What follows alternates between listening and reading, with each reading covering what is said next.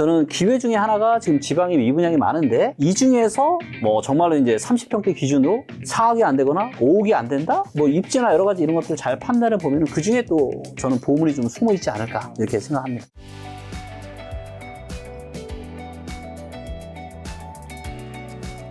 그럼 지금 인구구조 변화랑 AI도 얘기해 주셔서 AI나 인구구조 변화든 변화 속에도 10년 뒤에도 부동산 시장에서 가장 유망한 자산 형태는 뭐가 될까요? 가장 유망한 자산은요? 뭐 아파트도 있고 공화빌딩도 있고 뭐 네. 지산도 있고 뭐 많은데 서울 핵심 지역 아파트? 자, 가장 중요한 포인트는 뭐냐?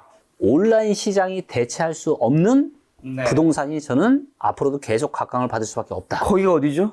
거기가 바로 주거용 부동산입니다. 네. 자, 지금 살아야 되니까. 상업용 부동산이나 지금 건물 굉장히 지금 안 좋잖아요. 네, 근데 왜 자영업자분들이 너무 힘들어서 돈을 벌 수가 있는 구조가 아니에요. 왜? 온라인이 다 시장을 뺏어갔기 때문에. 그렇죠. 그래서 결국에는 이런 어떤 상업용 부동산 시장은 저는 좀 쉽지 않다. 특히 이제 온라인이 대체 가능한 이런 영역들은 더더욱더 쉽지 않을 거라고 보고.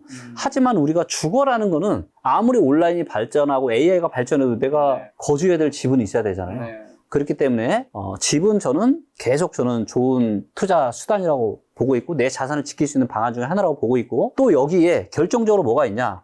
부동산은 중장기적으로는 저는 계속 오를 수밖에 없다라고 보고 있는데 전국이 다인가요? 아니면 전국이 다요. 전국이 다. 이제 소멸도시 제외하고 말하는 건가요? 맞습니다. 자, 그런데 그 이유가 뭐냐면은 이게 원가가 있는데 원가가 자 이제 공사비 데이터를 보잖아요. 이게 그 건설 공사비 지수라고 하는 이 데이터예요. 자, 지금 보시면은 공사비가 2016년부터 2020년까지는 85에서 100까지 올라온 거니까 한 15 정도. 그러면 4년이니까 4, 4, 16. 1년에 한 4% 정도. 조금 안 되게. 그럼 물가 상승 정도 사실 올라온 거였거든요.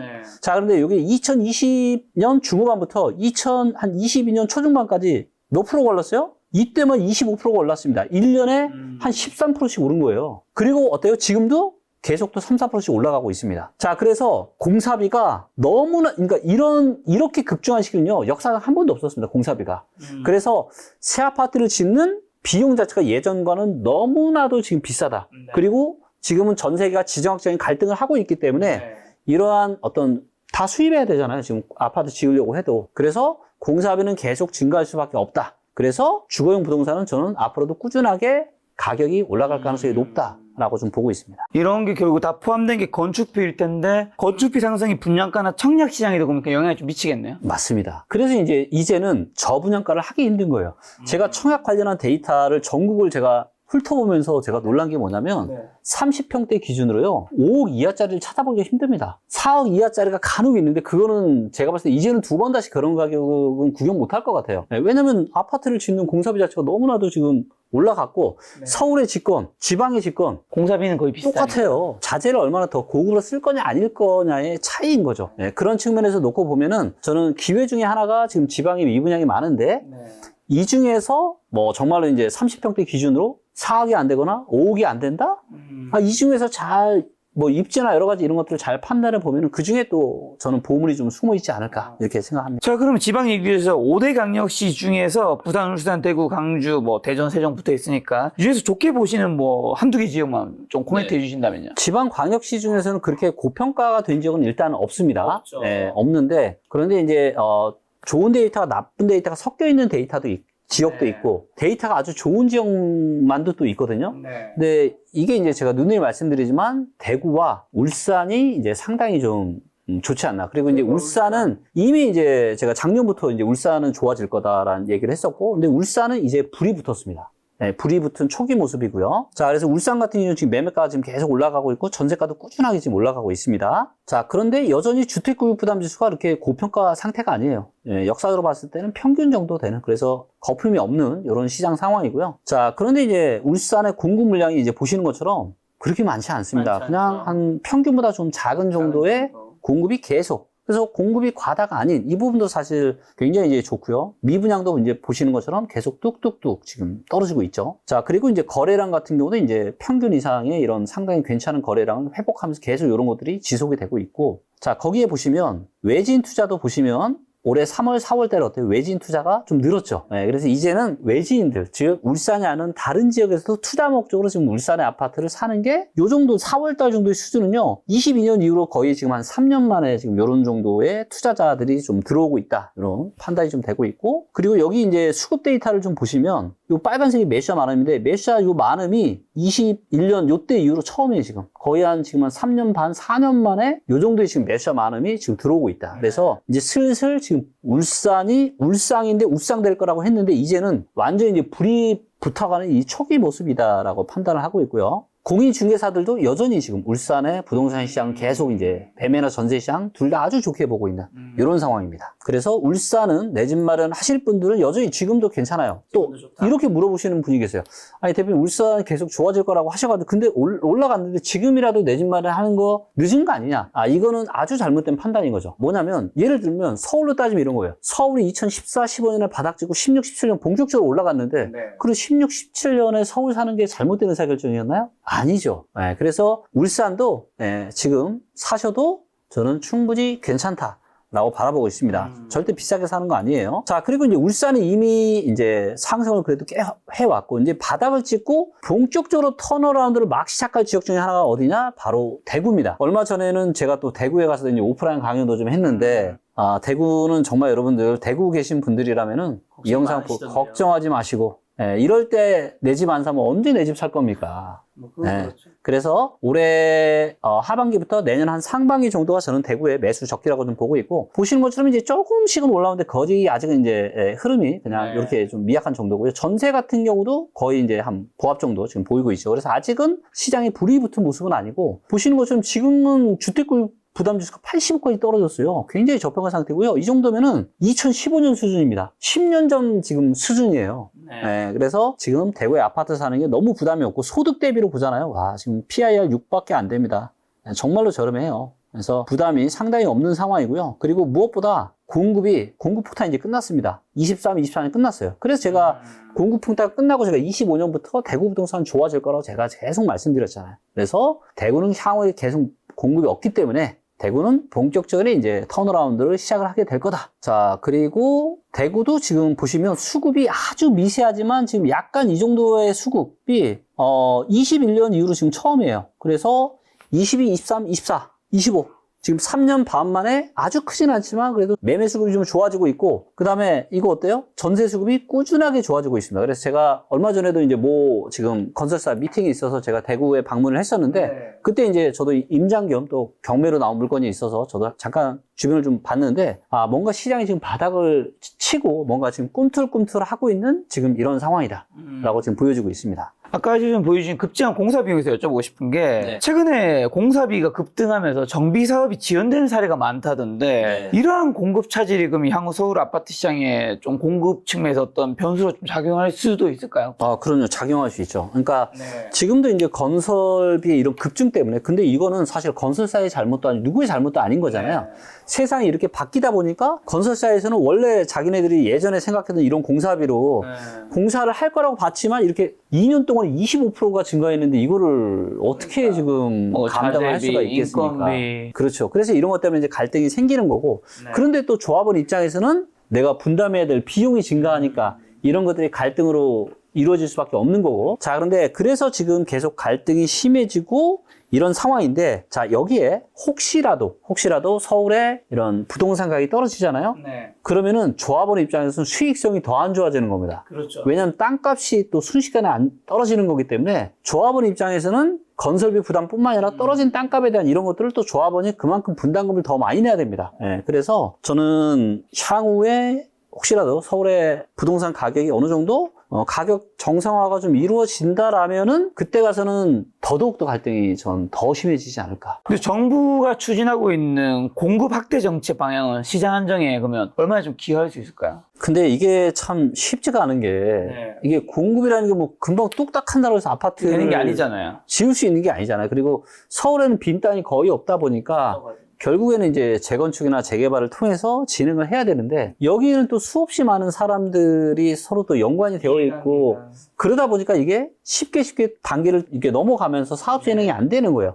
그럼 결국에는 이건 사업 진행을 하려면 정부에서 과감하게 이런 것들을 풀어줘야죠. 네, 그래서 이런 것들을 저는 한 내년 정도에 좀 하면 어떨까. 그래서 지금처럼 어떻게 보면 시장이 뜨거운 상황에서 자칫 또 규제를 풀어줬다가는 또 재건축 이런 가능한 이런 아파트를 또 급등을 하면서 시장이 또 정부의 방안과는 다르게 흘러갈 수 있으니 아마 정부에서도 저는 상황을 좀 지켜보고 있을 거라고 좀 보고 있고 그래서 혹시라도 시장이 좀 안정화되면서 분위기가 침착해졌을 때 그럴 때는 이런 어떤 정비 사업에 대한 이런 규제를 과감하게 좀 철폐를 하면서 빠르게 좀 서울의 공급을 좀 늘릴 수 있는 그런 정책들을 펼쳐주시면 너무 좋을 것 같습니다. 근데 재건축 같은 경우는 이제 어쨌든 그 단기간에 집값이 좀 급등할 수도 있고 이전에 있던 거를 새로 짓는 거니까 사실은 완전히 새로운 공급이라고 말하기는 좀 힘든 부분이 있지 않나요? 그렇죠. 그런데 뭐냐면 예를 들어 1000세대를 부시면 이게 1000세대로 공급이 되는 게 아니잖아요. 그렇죠. 1000세대를 부시면 이게 뭐 1500세대나 2000세대나 늘어나긴 훨씬 하니까. 더 많이 늘어나니까 네. 그리고 이제 중요한 거는 사람들이 원하는 거는 이제 새로운 새 아파트를 원하잖아요. 네. 자, 그럼 앞으로 이재명 정부의 부동산 정책 혹시 어떤 것들이 또 나올 수 있어요? 사실 6.27 대책도 아주 급하게 강력한 게 나와서 사실 그게 아니었으면 지금 집값이 안 잡혔을 수 있다고 생각하시죠? 이것만 가지고서는 그러니까 만약에 이제 어떤 국제 정세나 이런 게 변화가 없는 한 이것만 가지고서는 집값을 잡기는 저는 쉽지 않다고. 네, 앞으로는 그러면 또 강력한 것들이 맛보기에 불과하다는 대통령 코멘트 됐었는데 어떤 것들이 좀 나올 수 있을까요? 네, 뭐 찌라시 이런 거 내용을 보면은 아예 전세 대출마저 이제 완전 규제를 해버리겠다. 금액을 예를 들면 전세 대출도 이제 확실하게 뭐 더 뭐 금액을 줄여버린다든가 뭐 이런 정책들도 있는데. 그런 사람들 어디가 어떻게 살아요? 내 집을 사기도 힘들고 서울에 그렇죠. 전세도 힘들고. 그러니까요. 그래서 많은 사람들이 이제 월세 얘기를 지금 좀 많이 하고 있죠. 그리고 지금 현재 시장에서 벌어지는 일도 매매만 거래가 주는 게 아니라 전세도 지금 거래가 줄고 있어요. 저는 전세 대출까지 갑자기 이렇게 막아버리는 거는 정말 좀 시장에 상당한 후폭풍이 있을 수 있다. 그리고 이게 뭐가 있냐면 22년에 기억하실지 모르겠지만 그때 강남에도 역전세 때문에 세입자한테 막 몇 억씩 물어주는 사람들 많았잖아요. 맞아. 근데 혹시라도 만약에 정부에서 이번에 전세자금 대출을 또 갑자기 또 이렇게 전세자금 대출 뭐 3억 이하로는 안 돼. 만약 혹시라도 이렇게 된다라고 하면은 이게 또다시 나중에는 집주인 입장에서는 그럼 그만큼 내가 새로운 전세 세입자를 구하기가 힘든 거잖아요.